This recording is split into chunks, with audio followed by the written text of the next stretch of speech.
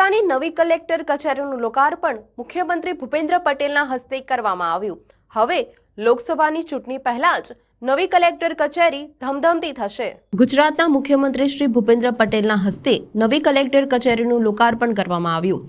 વડોદરાની છેલ્લા એક દાયકા ઉપરાંતના સમયથી કોઠી કચેરીમાં ચાલતી કલેક્ટર કચેરીનું સરનામું આજથી બદલાઈ જશે। કોઠી કચેરીના બદલે હવે કલેક્ટર કચેરી જૂના પાદરા રોડ ખાતે ખસેડાઈ। ગઈકાલે મુખ્યમંત્રી દ્વારા નવી કલેક્ટર કચેરીના લોકાર્પણ સાથે જ આજના દિવસે સોમવારથી કલેક્ટર સહિતનો સ્ટાફ નવી કલેક્ટર કચેરી ખાતે બેસવાનું પ્રારંભ કરશે।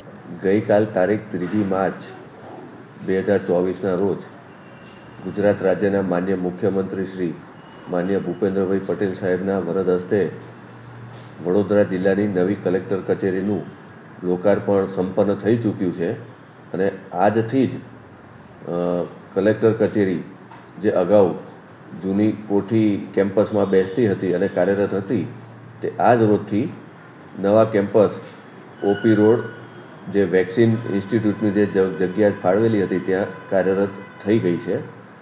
એટલે જાહેર જનતાને અને જિલ્લાના તમામ નાગરિકોને આની ખાસ નોંધ લેવા કે હવેથી કલેક્ટર કચેરી સંપૂર્ણપણે નવી જે એની લોકાર્પણ કર્યું છે તે સ્થળે કાર્યરત થઈ ચૂકી છે। એટલે લોકોને તેમના જે કોઈ પણ કલેક્ટર કચેરીના કામ હોય તેના માટે હવે નવી કલેક્ટર કચેરી ખાતે આવવાનું રહેશે।